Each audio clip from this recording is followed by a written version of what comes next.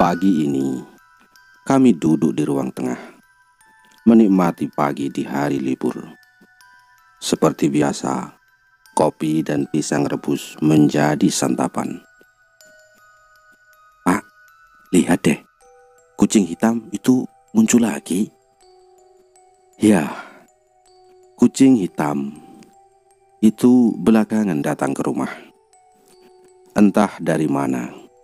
Biasanya ia datang, lalu kemudian duduk di depan pintu, di atas keset, tidak mau masuk ke dalam. Kami pikir kucing itu nyasar dari kampung mana. Kalau sudah datang, kami akan memberinya makan. Entah ikan, ayam, atau lainnya, sisa makanan semalam. Setelah makan, ia tidak langsung pergi, tapi tetap duduk di depan pintu sambil terus menatap ke dalam. Kucing ini juga tidak pernah bersuara. Kami tidak pernah mendengar ia mengeong-ngeong. Aku dan Wahyu tidak pernah menaruh curiga, karena memang benar-benar kucing. Seringkali aku dan Wahyu membelai-belai tubuhnya. Ia tidak marah, tapi tetap dia tidak pernah mau masuk ke rumah. Kasih makan yuk, kasihan. Kayaknya ia lapar. Wahyu langsung bergegas ke dapur mengambil makanan untuk si kucing. Lalu dengan lahap ia memakan makanan pemberian Wahyu. Dalam hitungan detik makanan langsung habis. Setiap datang selalu kelaparan. Kamu dari mana sih? Wahyu bertanya kepada si kucing sambil duduk di hadapannya. Tentu saja kucingnya tidak menjawab. Seringkali juga kucing ini menunjukkan gelagat yang aneh. Beberapa kali ia tampak menatap tajam ke bagian belakang rumah, dapur dan kamar mandi. Tatapan tanpa kedip, dengan telinga yang berdiri mengarah ke depan juga. Seperti ada yang menarik perhatiannya. Tapi tetap ia tidak mau masuk ke rumah, hanya duduk di depan pintu. Kadang ia berdiri di jendela samping, tetap dengan tatapan yang mengarah ke dalam rumah. Kebetulan di bawah jendela ruang tengah, pada bagian luarnya, Wahyu meletakkan balok-balok kayu sebagai cadangan apabila diperlukan untuk memperbaiki rumah.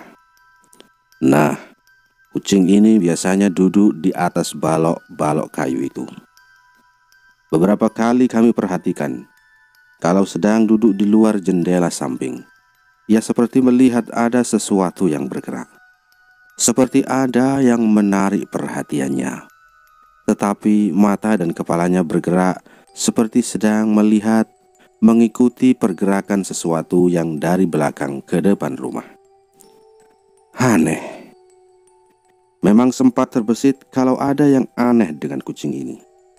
Tapi kami tidak pernah mau membahasnya. Sudah terlalu banyak peristiwa dan situasi horor di rumah ini, di perkebunan ini. Kami tidak mau menambah satu persoalan lagi. Karena sudah terlalu sering bolak-balik ke kota untuk beli kebutuhan sehari-hari. Kami pun punya toko langganan. Salah satu penjaganya bernama Nuning.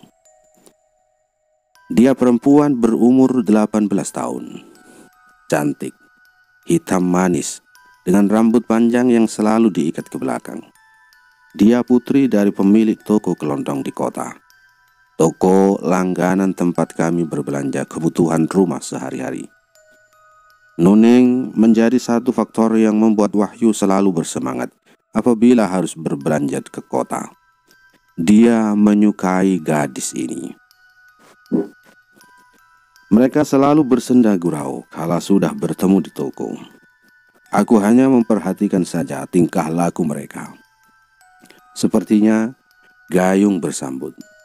Tampaknya Nuning juga menyukai Wahyu. Lama-kelamaan mereka jadi semakin dekat. Tapi pacaran atau tidak, aku tidak tahu pasti karena Wahyu selalu cengengesan kalau ditanya mengenai hal itu.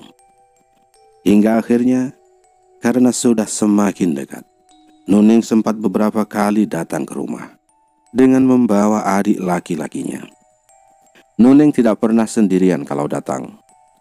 Kalaupun datang, biasanya sambil membawa barang-barang kebutuhan kami juga sekalian.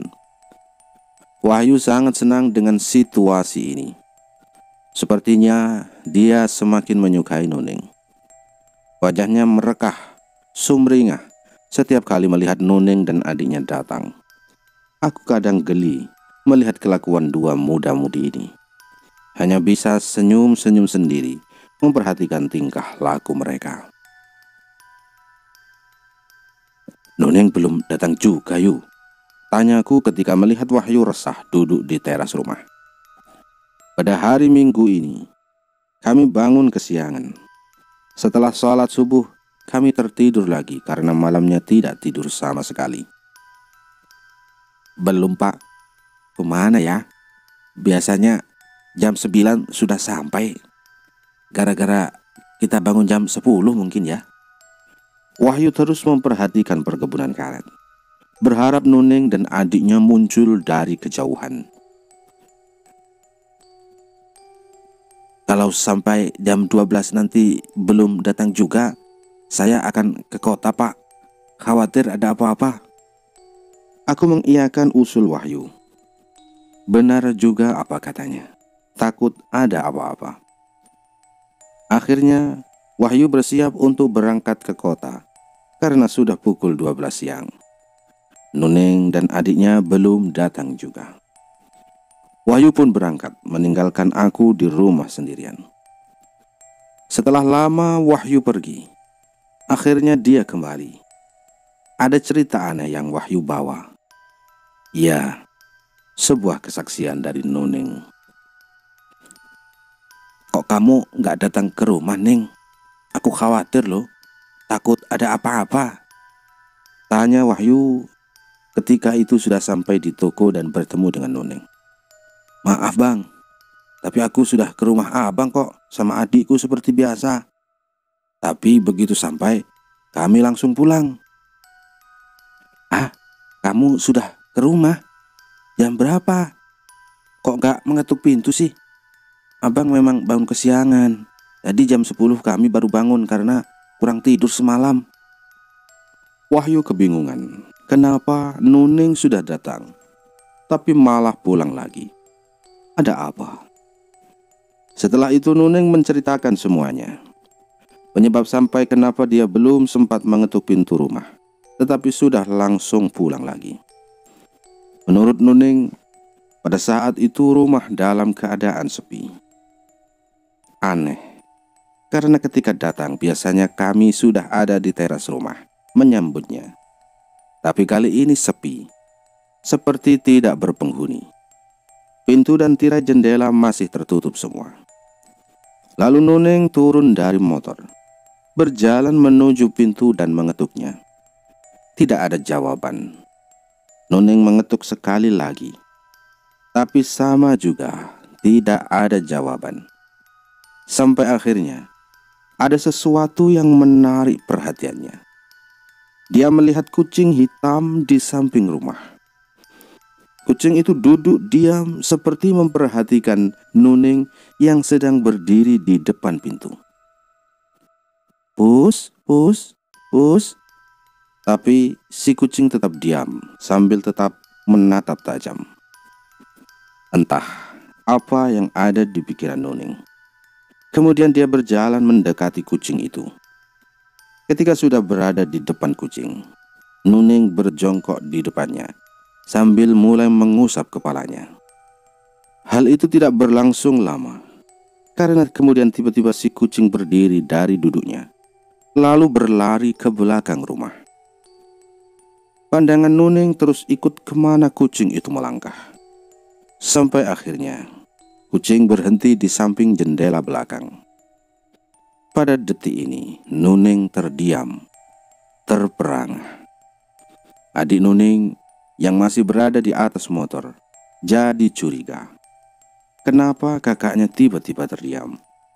tidak bergerak, seperti terkesima melihat sesuatu. "Kak Nuning, Kak, ada apa Kak? Kok diam?" Tiba-tiba Nuning seperti terkejut, lalu bangkit dari posisi jongkoknya, buru-buru menghampiri adiknya. "Ayo Dek, kita pulang. Cepat nyalakan motornya. Kita harus pergi dari sini." Tidak berpikir panjang, si adik langsung mengikuti permintaan kakaknya. Kemudian mereka pulang lagi ke kota.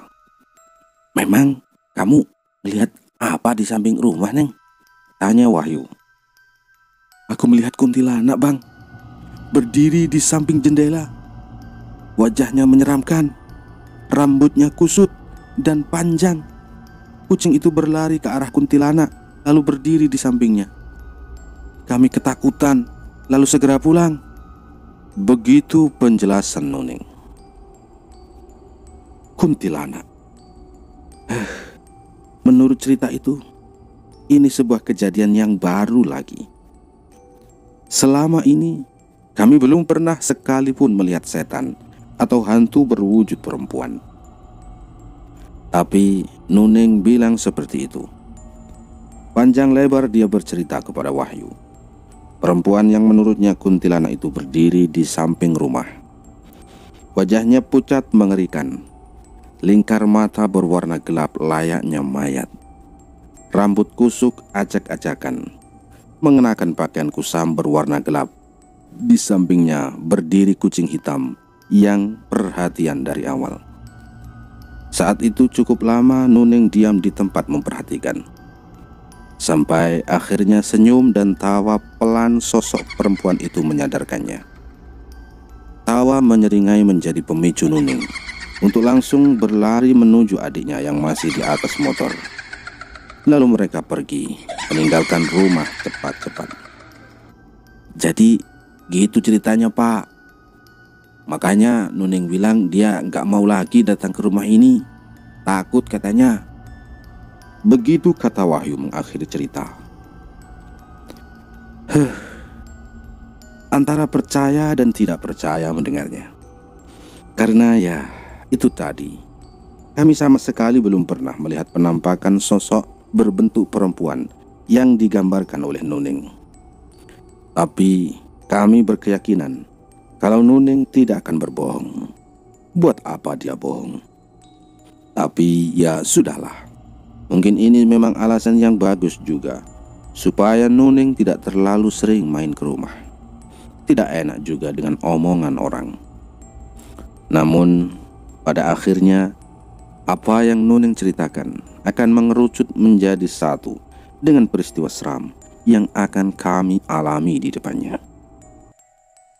Beberapa hari belakangan, ada kejadian aneh di rumah ini. Wahyu yang pertama kali mengetahui kejadiannya. Pada suatu sore, ketika Wahyu sedang duduk di ruang tengah, bersantai mendengarkan radio. Waktu itu, aku sedang tidak berada di rumah. Kata Wahyu, pintu depan dalam keadaan terbuka. Sengaja dibiarkan seperti itu, supaya udara sore dapat masuk. Suara radio tidak terlalu keras, hanya dalam tingkatan volume normal. Tiba-tiba samar terdengar suara. Awalnya, Wahyu tidak memperhatikannya. Tapi lama-kelamaan suaranya semakin jelas.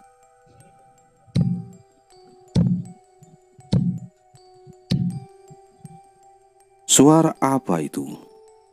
Pertanyaan itu yang timbul di benak Wahyu. Setelah mulai timbul pertanyaan dan rasa penasaran, Wahyu mengecilkan volume radio supaya dapat mendengarkan dengan jelas lagi. Terdengar lagi. Wahyu bangkit dari duduknya, melangkah pelan mendekat ke dapur dan kamar mandi, sambil melongokkan kepalanya, mencoba melihat jelas ke bagian belakang rumah. Wahyu yakin kalau suara itu berasal dari belakang. Hingga akhirnya dia sampai di depan pintu kamar mandi, menghadap dapur. Hening, tidak ada suara apapun. Begitu Wahyu bersaksi. Kemudian dia membalikkan badan, membuka pintu kamar mandi secara perlahan. Hasilnya sama. Kamar mandi kosong. Tidak ada suara apa-apa juga. Hilang. Suara itu tiba-tiba hilang. Jadi gitu suaranya, Pak. Suaranya duk-duk-duk gitu. Kayak ada yang memukul-mukul tembok rumah. Aneh, Pak. Wahyu menceritakan kejadian yang baru saja dia alami sore sebelumnya. Di ruang tengah, sambil menikmati makan malam, kami setengah hati untuk membahasnya. Aku mengangguk-angguk mendengar cerita Wahyu.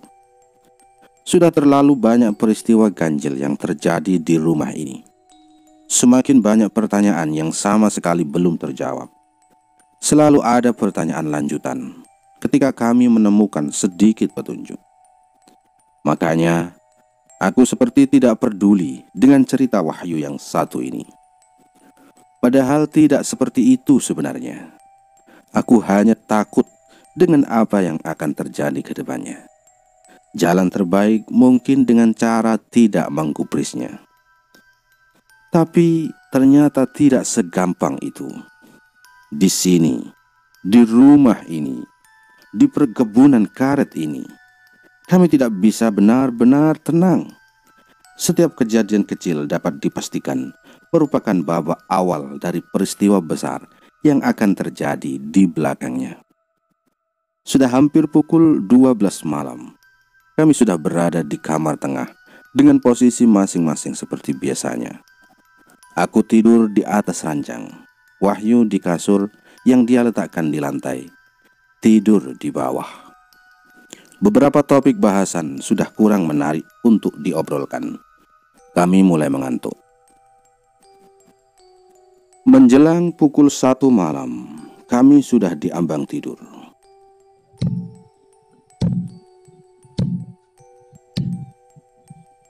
Tiba-tiba terdengar suara seperti itu. Aku mendengarnya, tapi masih belum yakin dengan pendengaran sendiri. Sampai akhirnya suara itu terdengar untuk yang kedua kalinya.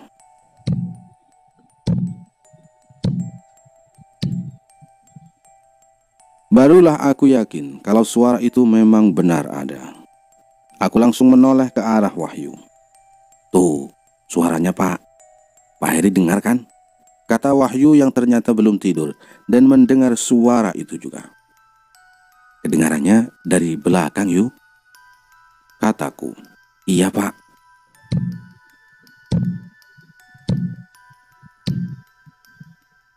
Lagi-lagi suara itu muncul. Aduh, biarkan sajalah Pak, nanti juga hilang sendiri mungkin. Ya sudah, aku ikuti apa kata Wahyu. Untuk beberapa saat suara itu menghilang, tidak kedengaran lagi. Tapi hanya beberapa saat, sampai kemudian timbul lagi.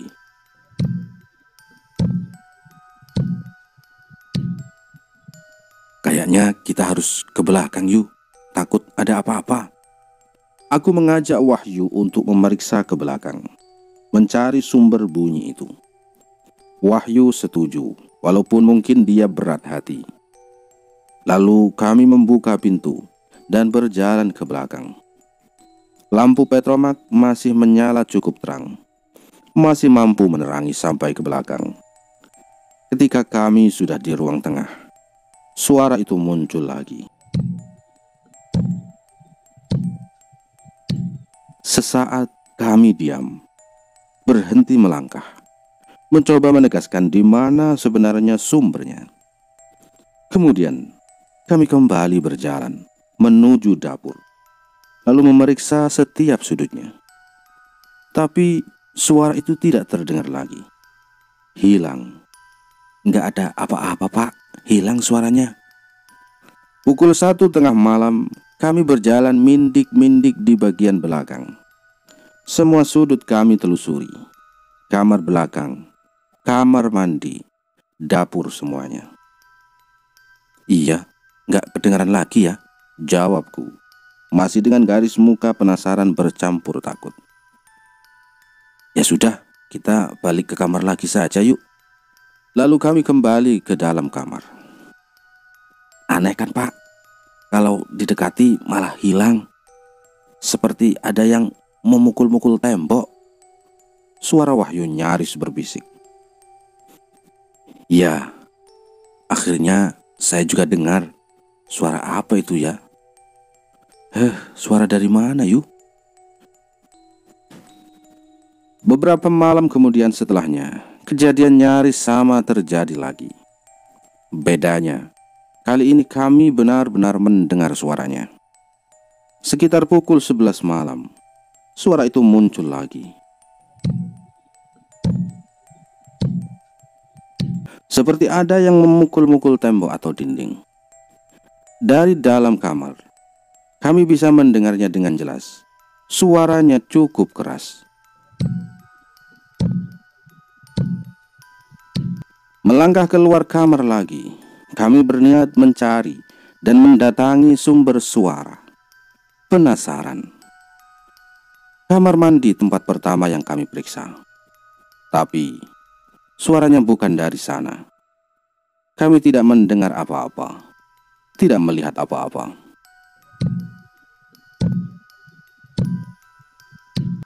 Muncul lagi suaranya. Kami melirik ke arah dapur. Sepertinya dari sana. Ketika sudah berdiri di atas lantai dapur, suara itu terdengar lagi. Akhirnya kami menemukan sumber suara.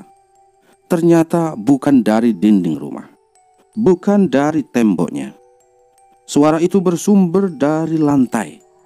Seperti ada yang memukul-mukul dari bawah lantai dapur, memukul-mukul dari dalam tanah. Kalau ada ruangan bawah tanah, suaranya seperti yang memukul dari ruangan bawah. Tapi di rumah ini kan tidak ada ruang bawah tanahnya. Lalu apa atau siapa yang memukul lantai dari bawah?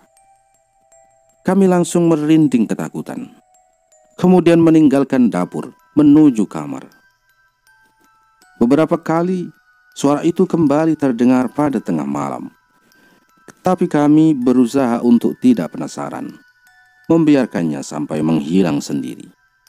Hingga pada suatu malam, ada kejadian yang akhirnya memaksa kami untuk melihat sumber suara itu.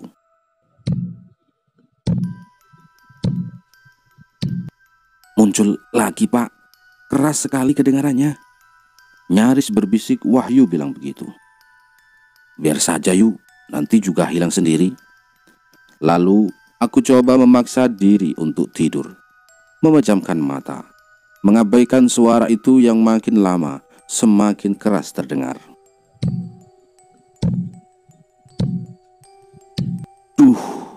Keras sekali suaranya. Kami semakin tidak bisa tidur. Berposisi masih tetap di atas kasur, tetapi mata tetap terbuka, penuh kecemasan. Membayangkan apa kiranya yang sedang memukul-mukul lantai dari bawah. Suaranya semakin lama, semakin menggiring asumsi seram. Berkecamuk liar digelayuti hawa yang juga mencekam. Lalu tiba-tiba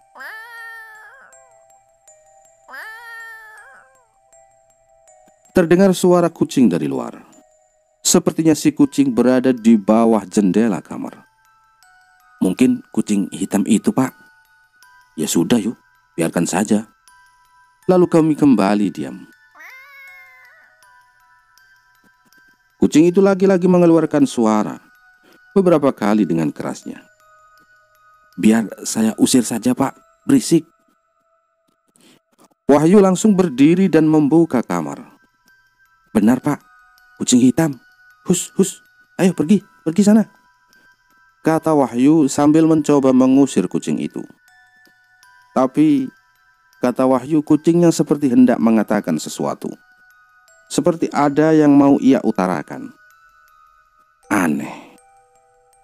Lalu si kucing berjalan ke belakang rumah, sambil sesekali mengeong keras dan menoleh ke arah Wahyu, menatap tajam. Sesampainya di bagian belakang rumah, kucing berhenti melangkah, lalu duduk. Ia menatap ke arah Wahyu dan mengeong. Pak, kita periksa ke belakang yuk. Sepertinya ia mau bilang sesuatu. Takut ada orang di belakang. Saya nggak berani sendirian. Ide yang aneh. Tapi Wahyu sepertinya sangat penasaran. Dengan berat hati, aku mengikuti ajakannya. Kami keluar kamar. Di ruang tengah, lampu petromak masih menyala, tapi tidak terlalu terang. Suasananya jadi sedikit temaram. Dan benar, kecurigaan Wahyu terbukti. Setelah melihat ke belakang, ternyata pintu belakang terbuka lebar. Padahal kami yakin kalau sebelumnya sudah tertutup dan terkunci. Ayo Pak, kita tutup pintunya. Suara Wahyu sudah terdengar bergetar, sepertinya dia mulai cemas. Perlahan kami melangkah ke pintu belakang. Tapi baru beberapa langkah, tiba-tiba suara itu muncul lagi. Tapi kedengarannya bukan dari dapur seperti sebelum-sebelumnya, melainkan di ruang tengah, tepat di depan lemari. Sumber bunyi tepat di samping kanan kami. Berhenti beberapa saat memperhatikan bunyi itu, kemudian kami lanjut melangkah. Sesampainya di depan pintu belakang yang terbuka lebar, sekilas kami dapat melihat kucing hitam duduk di halaman belakang, menatap tajam tanpa suara. Tanpa mempedulikan si kucing, lalu Wahyu menutup pintu dan menguncinya. Namun, baru saja kami akan membalikkan badan untuk kembali ke kamar, tiba-tiba pintu depan perlahan terbuka dengan sendirinya. Bunyi gesekan pintu depan dan putaran engselnya menghipnotis kami jadi diam 1000 bahasa. Memperhatikan dengan seksama pintu yang semakin lama semakin terbuka lebar, hingga akhirnya terbuka sepenuhnya. Kami semakin diam ketika melihat ada sosok yang sedang berdiri diam di luar, berdiri menghadap ke dalam rumah. Sosok perempuan berbaju gelap kusam dengan rambut kusut panjangnya. Lampu petromak yang masih menyala redup memaksa kami untuk dapat melihat semuanya dengan jelas. Masih diam tidak bergerak. Kami memperhatikan terus sosok perempuan itu yang beberapa saat kemudian mulai bergerak masuk ke dalam rumah. Sosok yang menyeramkan, bergerak seperti melayang membawa tubuhnya ke ruang tengah. Kami sangat ketakutan. Pak, kita keluar rumah sekarang. Wahyu membuka kembali pintu belakang, menarik tanganku untuk keluar. Ketika sudah berada di luar, aku tidak melihat lagi kucing hitam tadi. Entah kemana. Berjalan cepat, kami menyusuri samping rumah dalam gelap. Sesampainya di halaman depan, Wahyu berhenti melangkah. Lalu dia melihat ke dalam rumah, ke dalam ruang tengah, karena pintu depan masih terbuka lebar. Ayo yuk, jalan terus. Aku mengajaknya untuk segera pergi. Lihat Pak. Wahyu menyuruhku untuk melihat ke dalam rumah, yang akhirnya aku ikuti kemauannya. Di ruangan tengah, ada lubang berbentuk liang lahat dengan gundukan tanah di sebelah kanannya. Sementara di sebelah kiri, sosok perempuan menyeramkan itu berdiri menghadap ke liang itu, dengan kucing hitam duduk diam di sampingnya. Jantung serasa berhenti melihatnya. Sangat menyeramkan. Lalu aku tarik tangan Wahyu untuk segera meninggalkan rumah. Sekali lagi, kami menyusuri perkebunan karet di tengah malam yang gelap dan sunyi, membelah sisi cekam dan menakutkan, tanpa tahu harus melangkah kemana.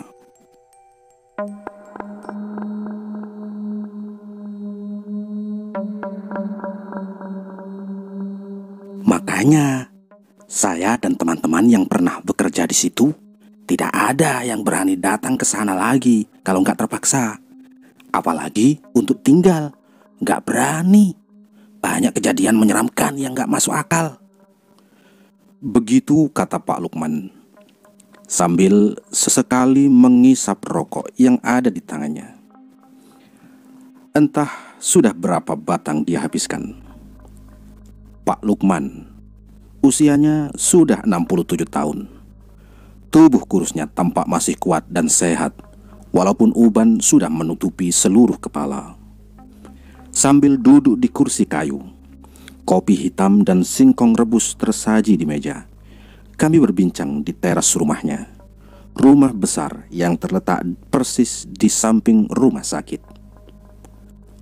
Oh, jadi kalian berdua yang tinggal di perkebunan itu sekarang. Gimana? Betah? Begitu ucapan Pak Lukman di tengah perbincangan bersama aku dan Wahyu waktu pertama kali kami bertemu. Pertemuan di luar kesengajaan. Waktu itu, aku berniat menjemput Wahyu di rumah sakit setelah beberapa hari dirawat. Aku sedang mengurus administrasi rawat inap. Wahyu duduk sendirian di ruang tunggu. Ketika sedang menunggu itulah dia bertemu dengan Pak Lukman. Pak, kenalin nih Pak Lukman. Beliau pernah jadi mandor perkebunan karet kita. Tapi dulu banget. Tahun berapa, Pak? Bersemangat Wahyu memperkenalkan Pak Lukman ketika aku sudah duduk di sebelahnya. Antara tahun 70 sampai 72 kira-kira. Memang sudah lama sekali. 20 tahun yang lalu. Begitu Pak Lukman bilang, menjawab pertanyaan Wahyu.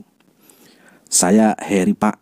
Bersama Wahyu kami mengelola perkebunan karet itu sekarang, kataku. Lalu kalian tinggal di situ juga? Iya, Pak, jawab kami kompak. Kalau begitu, nanti tolong sempatkan waktu datang ke rumah saya. Akan banyak hal yang bisa kita bahas dan perbincangkan. Itu rumah saya yang pagar besi hitam. Sambil tersenyum, beliau mengundang kami untuk datang ke rumahnya, sambil menunjuk keluar jendela, menunjuk salah satu rumah besar yang letaknya persis di sebelah rumah sakit. Akan banyak hal yang bisa kita bahas dan perbincangkan. Kalimat terakhir ini membuat penasaran. Itulah sebabnya kami benar-benar berniat untuk ke rumahnya. Pada suatu hari Minggu, pukul 1 siang, kami sudah sampai di depan rumah Pak Lukman. Rumah besar dengan desain yang sederhana, bercat putih. Beberapa sepeda motor terparkir di halaman luasnya. Setelah beberapa kali kami mengetuk, muncul seorang ibu. Tunggu sebentar ya, saya panggil Bapak dulu. Silakan duduk dulu. Ada 4 kursi kayu berwarna hitam mengelilingi meja bulat. Aku dan Wahyu duduk di kursi itu. Tidak lama kemudian, Pak Lukman muncul dari dalam rumah. Nah, begitu dong. Main ke sini. Senang melihat kalian akhirnya datang. Senyum ramah tergurat di wajahnya. Wajah dengan banyak garis usia menjelang senja. Walau begitu, sinar keceriaan dan bahagia masih terpancar. Belum kenal terlalu lama, tapi kami sudah menyukai pribadinya. Tidak banyak basa-basi, kami langsung larut dalam percakapan yang akrab dan menyenangkan. Pak Lukman sebenarnya asli Jawa Timur, tetapi ketika masih muda, dia ikut salah satu pamannya untuk merantau dan bekerja di Sumatera. Sampai akhirnya beliau bertemu dan menikah dengan wanita pilihannya. Ibu tadi yang membukakan pintu untuk kami adalah istri Pak Lukman. Mereka memiliki 3 anak. Semuanya sudah menikah. Hanya anak laki-laki yang paling bungsu yang masih tinggal dengannya bersama istri dan anaknya. Sementara anak pertama dan kedua sudah memiliki rumah masing-masing. Paman Pak Lukman meninggal pada awal tahun 1980-an. Waktu pertama kali merantau di Sumatera, Pak Lukman bekerja di salah satu perkebunan karet yang ada di daerah Bengkulu bersama pamannya. Cukup lama beliau bekerja di perkebunan karet ini. Dengan berbekal pengalaman itulah, akhirnya dia ditawari untuk menjadi mandor di perkebunan baru yang dimiliki oleh perusahaan swasta. Perkebunan inilah yang nantinya akan menjadi tempat kami bekerja. Pak Lukman sangat tertarik dengan tawaran menjadi mandor itu. Di samping upahnya yang lumayan besar, dia juga diberi fasilitas tempat tinggal. Dia dan keluarganya hanya perlu membawa keperluan pribadi. Rumah yang akan dijadikan tempat tinggal nantinya terletak di perkebunan karet yang akan menjadi lahan bekerjanya. Katanya, rumah ini berdiri sudah sejak lama, tapi dipugar dan diperbaiki kembali oleh perusahaan menjadi rumah yang sudah layak tinggal. Pak Lukman dan istri cukup senang dengan keadaan ini. Tidak perlu pusing memikirkan tempat tinggal. Tapi, akhirnya yang tinggal di rumah perkebunan karet itu hanya Pak Lukman, istri dan anak bungsunya saja. Anak pertama dan kedua tinggal di kota bersama sang paman. Mereka sekolah di kota. Singkatnya, akhirnya Pak Lukman dan istri beserta anak bungsunya tinggal di rumah itu. Beliau sangat ingat ketika dalam perjalanan pertama kali bersama anak dan istri mengunjungi perkebunan karet. Suatu siang di hari Minggu, mereka bertiga menggunakan motor dari kota. Anak bungsunya bernama Bowo, masih berumur 5 tahun.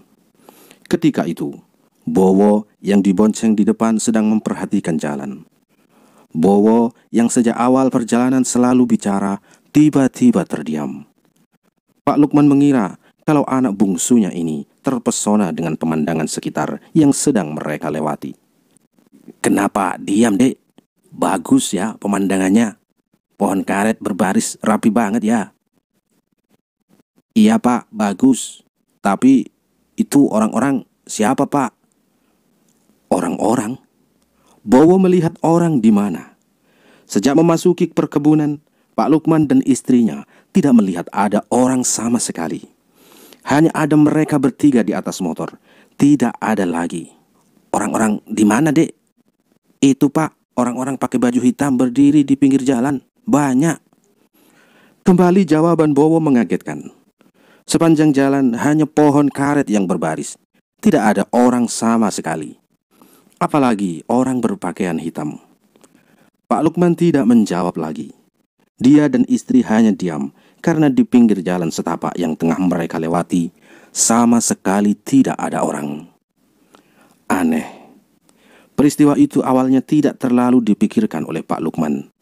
Tapi berikutnya akan ada banyak kejadian yang nyaris sama. Hari demi hari dilalui Pak Lukman, istri dan anaknya di rumah itu. Menurut Pak Lukman, dia hanya memperbaiki beberapa bagian di rumah itu. Salah satunya memasang langit-langit. Semua itu dilakukan karena Bowo seringkali terbangun tengah malam, lalu menangis. Ketika ditanya kenapa, dia menjawab sambil berbisik, "Ada orang berdiri di atas, Pak."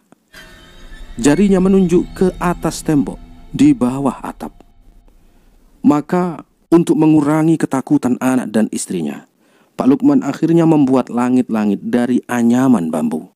Langit-langit rumah adalah perubahan satu-satunya yang dibuat oleh Pak Lukman.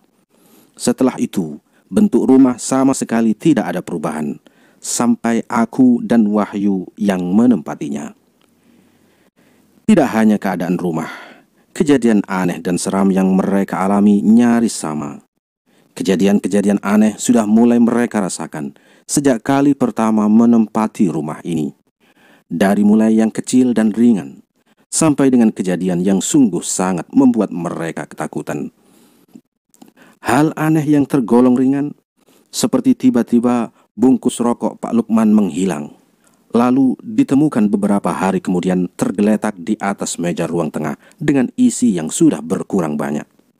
Atau ketika istri Pak Lukman tiba-tiba mencium bau rokok di dalam rumah. Padahal saat itu Pak Lukman sedang bekerja di perkebunan. Pernah juga suatu ketika Bowo berlari keluar kamar ketika sedang tidur siang. Ketika ditanya alasannya, dia bilang ada orang berdiri di dalam kamar berpakaian serba hitam. Itu beberapa kejadian aneh yang masih tergolong ringan. Mereka masih bisa mengabaikan kejadian-kejadian itu dengan tetap menjalankan kehidupan seperti biasanya. Tapi, akhirnya banyak kejadian yang tergolong sangat sulit diterima. "Pak, aku tadi akhirnya bisa ngobrol dengan ibu yang suka nyapu di samping rumah itu," kata sang istri membuka pembicaraan. Saat itu, Pak Lukman dan Bowo sedang mengobrol di ruang tengah setelah makan malam. "Gimana caranya? Kok bisa ngobrol, Ma?" "Kebetulan saja, Pak. Aku lagi di belakang rumah ketika ibu itu datang terus nyapu di samping. Aku langsung menghampirinya. Lalu kami berbincang." "Terus ngobrol apa, Ma?" "Ada satu kejadian aneh yang sebenarnya tidak terlalu mengganggu. Terjadi sejak baru beberapa hari mereka tinggal di rumah ini. Yang mengalaminya pun hanya Bu Lukman dan Bowo anaknya. Kejadiannya selalu ketika Pak Lukman sedang tidak ada di rumah.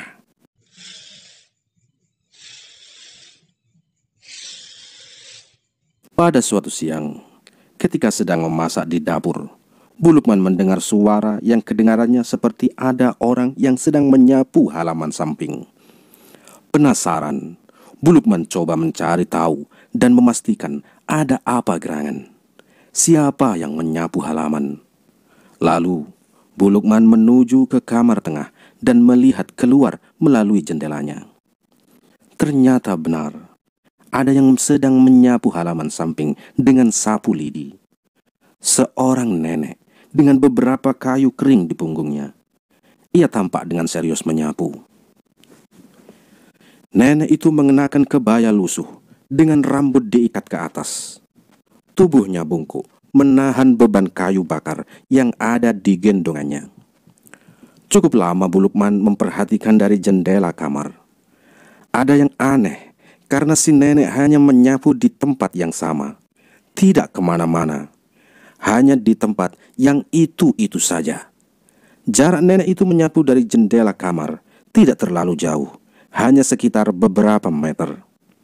Sampai akhirnya Bu Lukman berniat untuk keluar, ingin berkenalan dan berbincang dengan si nenek yang sedang menyapu itu. Tapi sebelum keluar rumah, Bu Lukman ke dapur terlebih dahulu untuk mematikan kompor. Setelah sudah berada di halaman samping, ternyata nenek itu sudah tidak ada. Sudah tidak menyapu lagi. Bu Lukman hanya bisa melihat si nenek di kejauhan. Sudah melangkah pergi meninggalkan rumah, berjalan kaki menembus perkebunan karet. Itu saat pertama kali Bu Lukman melihat nenek penyapu itu. Berikutnya, beberapa kali Bu Lukman melihatnya lagi. Tapi lagi-lagi, ketika belum sempat berbincang, si nenek sudah melangkah pergi menjauh. Sampai akhirnya, Bu Lukman dapat bertatap muka dan berbincang dengan si nenek, walaupun hanya sebentar. Di satu siang, ketika Bu Lukman sedang menanam tanaman hias di halaman depan, tiba-tiba dari kejauhan dia melihat ada perempuan tua yang berjalan mendekat. Bu Lukman mengenali perempuan itu, yang tidak lain nenek yang beberapa kali menyapu halaman samping. Bu Lukman berusaha sesopan mungkin bertanya kepada si nenek. Bu Lukman mula-mulanya memperkenalkan diri. Si nenek kemudian berhenti menyapu. Senyum menggurat di wajah lelahnya yang kelihatan pucat ketika menatap Bu Lukman. Mata nenek ini sudah kuyu, nyaris kelihatan terpejam. "Oh iya, saya mau menyapu sebentar ya, boleh kan?" Dengan suara terbata-bata, si nenek akhirnya bersuara. Suaranya bergetar pelan, nyaris berbisik. "Boleh, Nek, silakan. Maaf, nenek dari mana ya?" tanya Bu Lukman lagi. "Dari kampung sebelah, cari kayu bakar." Jawabnya. Karena si nenek terlihat lelah, maka Bu Lukman berniat untuk memberinya minum. Lalu, dia melangkah masuk untuk mengambil segelas air dan sedikit makanan. Namun, apa daya, ketika kembali keluar lagi, ternyata nenek itu sudah pergi, menghilang, entah kemana. Begitu Pak ceritanya. Bu Lukman mengakhiri cerita tentang pertemuan dengan nenek sapu lidi kepada suaminya. Lain kali kalau nenek itu datang lagi, biarkan saja, Bu. Gak usah ditegur atau ditanya lagi ya, Bu. Begitu kata Pak Lukman yang membuat istrinya menjadi sedikit keheranan. Loh, kenapa begitu, Pak? Sudah, pokoknya Ibu gak usah negur lagi nenek itu ya. Pak Lukman menutup pembicaraan, lalu meninggalkan ruang tengah dan masuk ke kamar. Sementara Bu Lukman masih keheranan sambil membereskan meja makan dan meja ruang tengah. Jadi, sebenarnya Pak Lukman ini juga penasaran kepada sosok nenek dengan sapu lidi yang diceritakan oleh istrinya itu. Walaupun Pak Lukman sendiri belum pernah melihatnya. Karena rasa penasaran itulah, akhirnya beliau menanyakan hal itu kepada para pekerja yang kerap membantunya di perkebunan. Nenek dengan sapu lidi, Pak? Begitu tanya salah satu pekerja ketika Pak Lukman melempar pertanyaan kepada mereka. Iya, nenek dengan sapu lidi. Dia beberapa kali datang dan menyapu halaman samping rumah kami. Tapi hanya sebentar, setelah itu menghilang lagi, entah kemana. Lalu ada satu pekerja yang sudah cukup tua usianya. Dia lantas bercerita. Jadi, sekitar 20 tahun yang lalu, tepat di atas perkebunan ini, ada perkelahian banyak warga, Pak, yang memakan banyak korban meninggal. Salah satu korbannya seorang remaja lelaki. Sejak kecil, remaja ini dirawat dan dibesarkan oleh neneknya. Nenek itu sangat terpukul ketika tahu kalau cucu kesayangannya mati terbunuh dalam perkelahian besar itu. Belum sampai Pak Lukman bertanya, pekerja ini melanjutkan ceritanya. Nenek ini sebatang kara ketika cucu kesayangannya mati terbunuh. Dia sangat sedih. Almarhum cucunya dimakamkan di pemakaman umum yang letaknya dekat rumah yang Bapak tinggali sekarang. Menurut tetangganya, nyaris setiap hari si nenek datang ke pemakaman untuk membersihkan makam cucunya setelah dia berkeliling mencari kayu bakar. Dia selalu membersihkan makam dengan menggunakan sapu lidi, nyaris setiap hari. Nenek itu masih hidup kan sekarang? Tanya Pak Lukman. Itulah, Pak. Nenek itu sudah meninggal beberapa tahun setelah cucunya meninggal. Tapi ada cerita beredar kalau beliau masih sering terlihat berada di pemakaman, membersihkan makam cucunya. Padahal ia sendiri sudah meninggal dunia. Pak Lukman masih terbengong-bengong ketika si pekerja terus melanjutkan ceritanya. Akhirnya, beberapa tahun yang lalu, desa tempat tinggal nenek itu digusur untuk pembangunan perkebunan pohon karet ini. Termasuk pemakaman umum tempat makam cucunya digusur juga. Desa itu termasuk dengan pemakaman umum. Lalu dipindahkan ke wilayah di belakang perkebunan itu, Pak. Di belakang hutan. Pak Lukman belum berkata-kata lagi. Dia terus bengong. Nah, menurut cerita yang beredar lagi, karena pemakaman itu termasuk pemakaman yang sudah sangat tua umurnya, katanya banyak makam yang nggak terbawa, Pak. Banyak makam yang belum dipindahkan. Mungkin termasuk juga makam cucu nenek sapu lidi itu. Pak Lukman semakin tertegun mendengar cerita itu. Makanya saya kaget ketika Bapak cerita kalau istri Bapak sering melihat nenek menyapu dengan sapu lidi. Tolong bilang ke istri Bapak, kalau nenek itu datang lagi, gak usah ditegur atau dipanggil, Pak. Sudah, biarkan saja. Begitulah kisah nenek dengan sapu lidi itu. Aku dan Wahyu mendengar ceritanya, jadi mengerti kenapa nenek itu sering terlihat menyapu di samping rumah dengan sapu lidi. Ternyata begitu ceritanya. Lalu ada kejadian apa lagi di rumah itu, Pak, ketika Anda masih tinggal di rumah itu? Wahyu semakin penasaran dengan cerita lanjutan dari Pak Lukman. Banyak. Satu persatu akan saya ceritakan.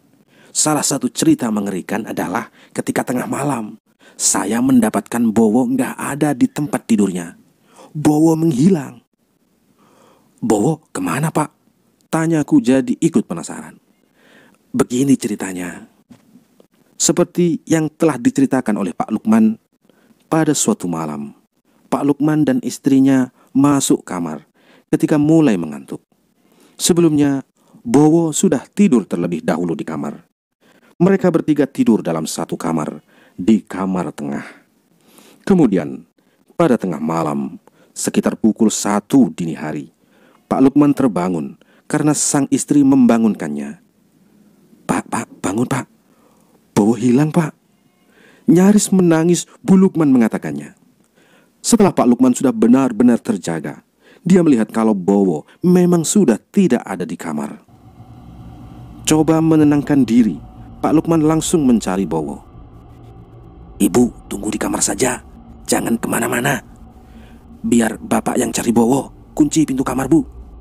Lalu Pak Lukman pergi keluar kamar, memeriksa setiap sudut rumah, mencari keberadaan Bowo. Setiap ruangan dia masuki dari kamar depan sampai ke kamar belakang, kamar mandi, dapur, semuanya. Tapi belum juga ada hasil. Bowo belum juga ditemukan. Lalu berbekal obor di tangan, Pak Lukman memutuskan untuk memeriksa bagian luar rumah. Halaman depan menjadi tempat pertama yang diperiksa. Tapi nihil. Bowo belum kelihatan juga. Lalu dia berjalan perlahan ke samping rumah, memeriksa, menajamkan penglihatan, menembus gelapnya malam. Hasilnya, Bowo belum kelihatan juga. Belum patah semangat, Pak Lukman lalu melanjutkan pencarian ke belakang. Sesampainya di belakang, Pak Lukman mencoba menerangi gelapnya pepohonan bambu yang tumbuh rindang memenuhi wilayah itu. Pohon-pohon bambu yang memang cukup rapat tumbuhnya. Setelah melihat sekeliling dan belum juga ada hasil, tiba-tiba ada yang memaksa Pak Lukman untuk coba masuk ke pepohonan bambu. Perasaannya mengatakan kalau ada sesuatu di dalamnya. Lalu, dia melangkahkan kaki memasuki gelapnya pepohonan bambu. Penglihatannya mencoba menembus gelapnya tempat itu, memicingkan mata, menajamkan sudut pandang. Sangat gelap. Sepinya sedikit menjatuhkan keberaniannya, menggoyangkan nyalinya. Namun, Pak Lukman harus menemukan Bowo. Terus-menerus memikirkan keberadaan anaknya itu, harus menemukannya segera. Perasaannya benar. Dalam kegelapan, samar-samar dia melihat sesuatu. Dia melihat sosok mirip Bowo sedang berdiri sendirian di tengah-tengah pohon bambu. Lalu Pak Lukman berjalan mendekati sosok itu. Berjalan perlahan. Setelah sudah cukup dekat, barulah Pak Lukman dapat melihat dengan jelas. Ternyata benar adanya. Itu Bowo. Sangat senang. Akhirnya Pak Lukman menemukan anaknya. Bowo berdiri diam sendirian. Tapi kegembiraan Pak Lukman hanya sebentar. Karena belakangan dia melihat kalau ternyata Bowo tidak sedang sendirian. Ternyata Bowo sedang berdiri berhadapan dengan sosok yang mengerikan. Berjarak hanya sekitar beberapa meter di belakang Bowo, Pak Lukman melihat ada pocong berdiri tegak di depan anaknya. Pocong tinggi besar itu diam mematung. Bowo juga begitu, diam, tidak bergerak sama sekali. Mereka berdiri berhadapan, berpandangan satu sama lain. Perlahan, Pak Lukman berjalan mendekati Bowo. Pandangannya tidak lepas dari pocong yang masih diam. Dengan nyali yang sudah hampir runtuh, keberanian yang nyaris roboh, Pak Lukman menghampiri anaknya. Setelah sudah persis di belakang Bowo berdiri, Pak Lukman langsung memeluk anaknya itu dari belakang. Dia lantas menggendong anaknya itu. Tak pikir panjang, Pak Lukman langsung setengah berlari meninggalkan pepohonan bambu.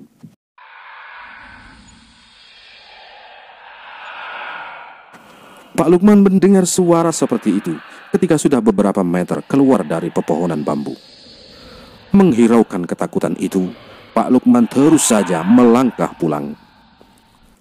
Pak, itu tadi apa yang berdiri di depan aku? Dalam gendongannya, Bowo bertanya. Itu bukan apa-apa, itu hanya hayalan kamu saja. Pak Lukman bingung, tidak tahu harus menjawab bagaimana. Setelah sudah di dalam rumah dan masuk kamar, Pak Lukman menyuruh Bowo untuk tidur. Bowo, dari mana Pak? dari kamar mandi ya? Iya Bu, sakit perut katanya, jawab Pak Lukman singkat. Berbohong dengan tujuan supaya istrinya tidak menjadi ketakutan. Kemudian, pada suatu hari, Pak Lukman harus meninggalkan rumah pagi-pagi sekali. Dia dan istri harus mengantar Bowo ke rumah sakit. Tubuh Bowo panas tinggi sejak semalam. Pukul 6 pagi, mereka sudah dalam perjalanan menuju kota. Berharap Bowo dapat ditangani dokter sesegera mungkin. Pak Lukman tidak sempat berpamitan dengan para pekerja perkebunan. Dia pikir para pekerja akan melaksanakan pekerjaan mereka seperti biasa tanpa perlu kehadirannya. Toh, Pak Lukman pikir juga dia sudah bisa kembali dari kota sesegera mungkin. Sesampainya di kota, Bowo langsung ditangani oleh dokter jaga. Bu, saya harus kembali ke perkebunan ya. Para pekerja pasti membutuhkan kehadiran saya. Nanti kamu dan Bowo pulang ke rumah Mas Seno saja. Menginaplah di tempatnya sampai Bowo benar-benar sembuh. Mas Seno adalah paman Pak Lukman. Dia tinggal di kota. Di rumah pamannya itulah dia menitipkan istrinya untuk menginap beberapa hari sampai Bowo benar-benar sembuh dari sakitnya. Setelah mengantarkan istri dan anaknya ke rumah sang paman, masih sekitar pukul 9 pagi, Pak Lukman langsung berangkat ke perkebunan. Singkatnya, Pak Lukman akhirnya sampai di perkebunan. Dia melihat para pekerja sedang melaksanakan pekerjaannya. Pak Lukman sudah selesai membereskan rumah, Pak? Tanya salah satu pekerja. Pertanyaan itu membuat Pak Lukman keheranan. Membereskan rumah? Membereskan rumah siapa? Ini saya baru kembali dari kota. Bowo sakit. Kami harus mengantar ke dokter tadi, pagi-pagi sekali.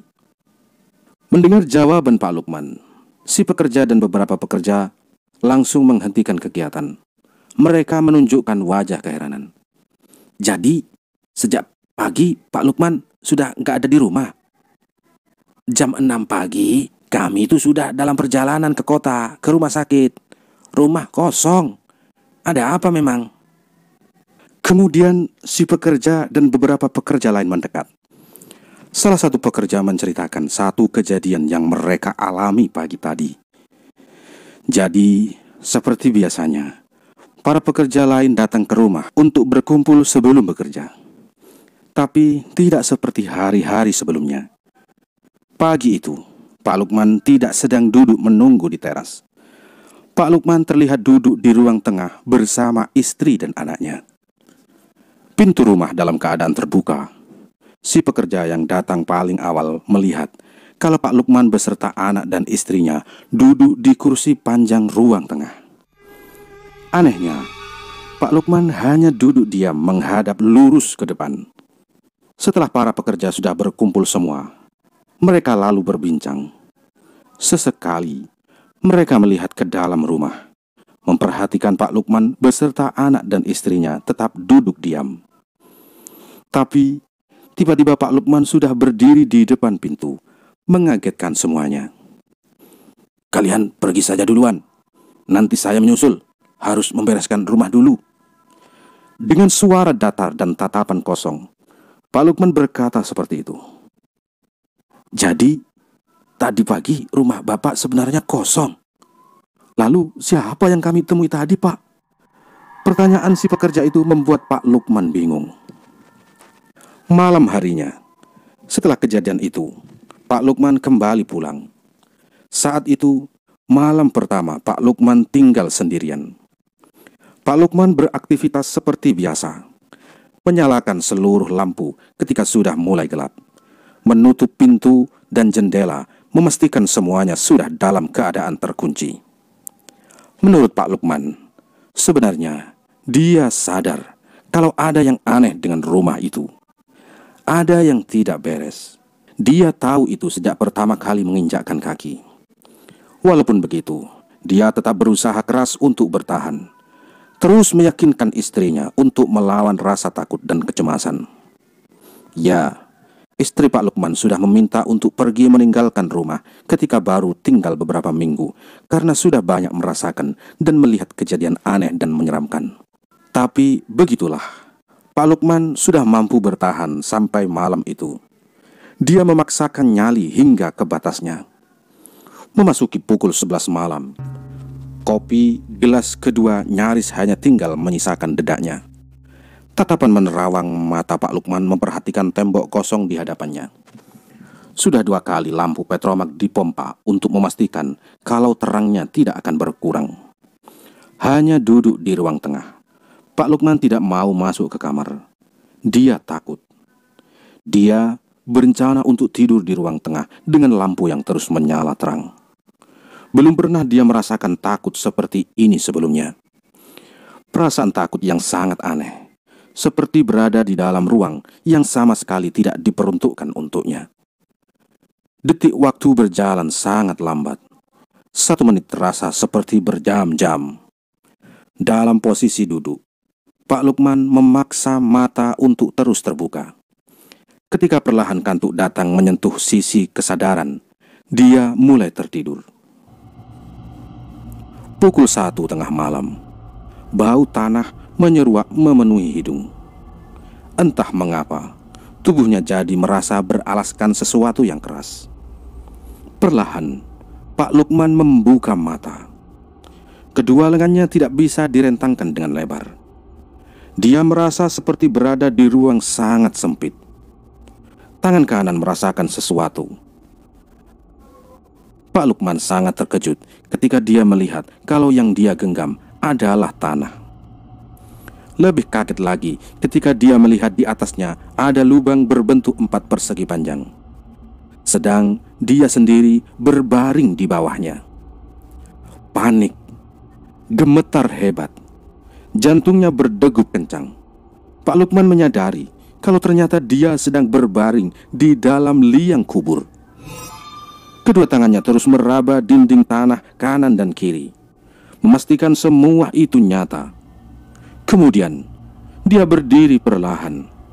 Kakinya lemas gemetar menopang tubuh yang masih ketakutan. Setelah sudah benar-benar berdiri, dia semakin yakin dan sadar kalau dia benar-benar di liang kubur. Pak Lukman memandang sekitar. Dengan hanya sebatas dada dari tubuhnya yang muncul di permukaan, ternyata dia masih berada di ruang tengah rumah. Melihat masih ada meja dan kursi panjang tempat dia duduk tadi sebelum terlelap. Lampu petromak sudah tidak lagi menyala terang, redup berkelap-kelip. Masih cemas dan ketakutan, pandangan Pak Lukman berhenti ketika dia menoleh ke kanan. Dia diam dalam ketakutan. Pak Lukman melihat keranda mayat tepat di samping liang kubur itu. Keranda mayat itu tidak kosong. Ada jenazah di dalamnya. Di ruang tengah, Pak Lukman berdiri di dalam liang kubur. Di sebelah kanan terbaring jenazah. Entah apa yang harus dilakukan ketika perlahan Pak Lukman melihat jenazah itu mulai bergerak-gerak. Sementara tubuh Pak Lukman tidak bisa digerakkan. Ketakutan membuat sendi-sendi tulangnya seperti terpatri diam, mati seketika. Kepanikan dalam ketakutan semakin meraja ketika melihat kepala jenazah perlahan bergerak seperti hendak menoleh ke arahnya. Benar, kepala pocong bergerak menoleh ke kanan ke tempat Pak Lukman berdiri. Detik berikutnya, Pak Lukman akhirnya dapat melihat wajah jenazah itu. Kapas putih menutup kedua matanya dan lubang hidung, sedangkan kulit wajahnya hitam legam. Dengan tenaga yang tersisa, entah mendapat tambahan kekuatan dari mana, Pak Lukman mulai berusaha untuk keluar dari dalam liang itu.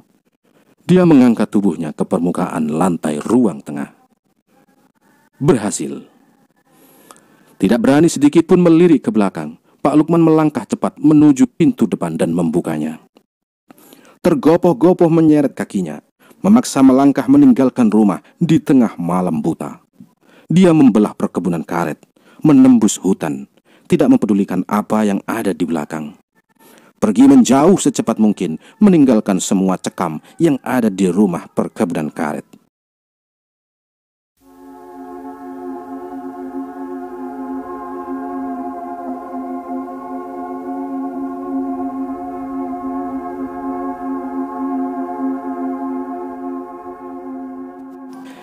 Itulah Malam paling terakhir saya tinggal di rumah itu. Nggak sanggup lagi kalau harus merasakan teror.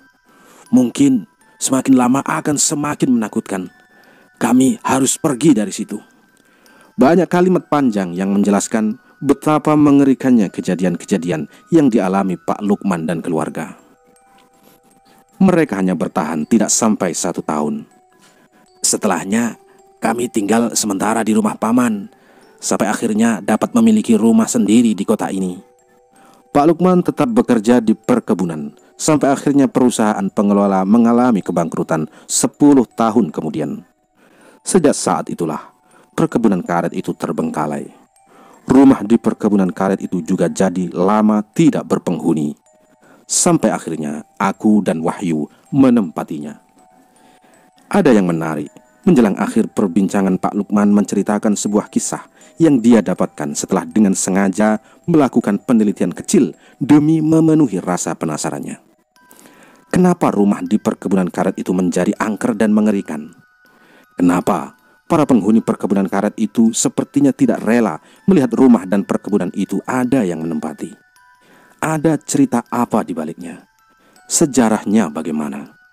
Banyak pertanyaan setelah beliau dan keluarga akhirnya dapat meninggalkan tempat itu. Pertanyaan yang sebagian besar terjawab, mengungkap semua misteri. Perjalanan Pak Lukman dalam mencari jawaban berakhir ketika dia menemui salah satu saksi hidup. Dia kepala desa Sindang Hulu, Pak Paiman namanya. Sekitar akhir dekade 1970-an, ketika Pak Paiman masih hidup, Pak Lukman akhirnya mendapatkan jawaban yang dia cari selama ini. Setelah berbincang panjang dengan beliau yang sudah sungguh sangat renta, Pak Paiman pun menceritakan semuanya. Dia masih ingat betul detail kejadiannya. Desa Sindang Hulu dulunya adalah desa yang berdiri di atas tanah yang tidak terlalu besar. Desa kecil itu sangat tenang, hanya berpenghuni sekitar 100-an kepala keluarga. Desa itu terpencil, jaraknya cukup jauh dari desa lain.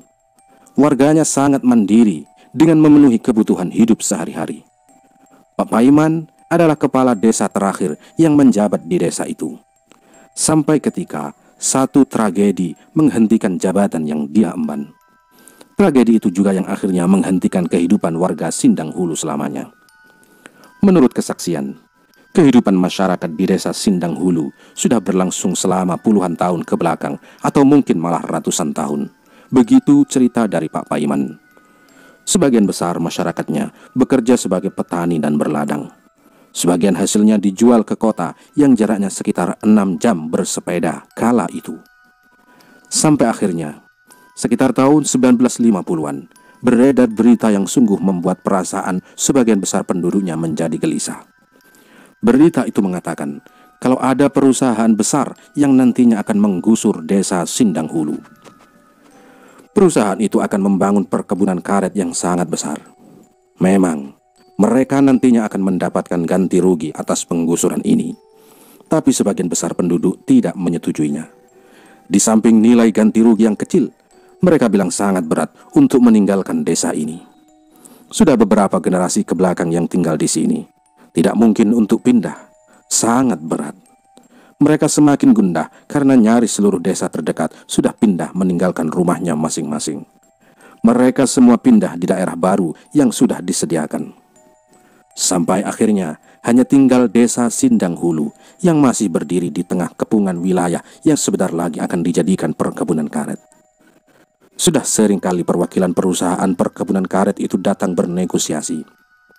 Sering kali juga Pak Paiman sendiri menemui mereka langsung.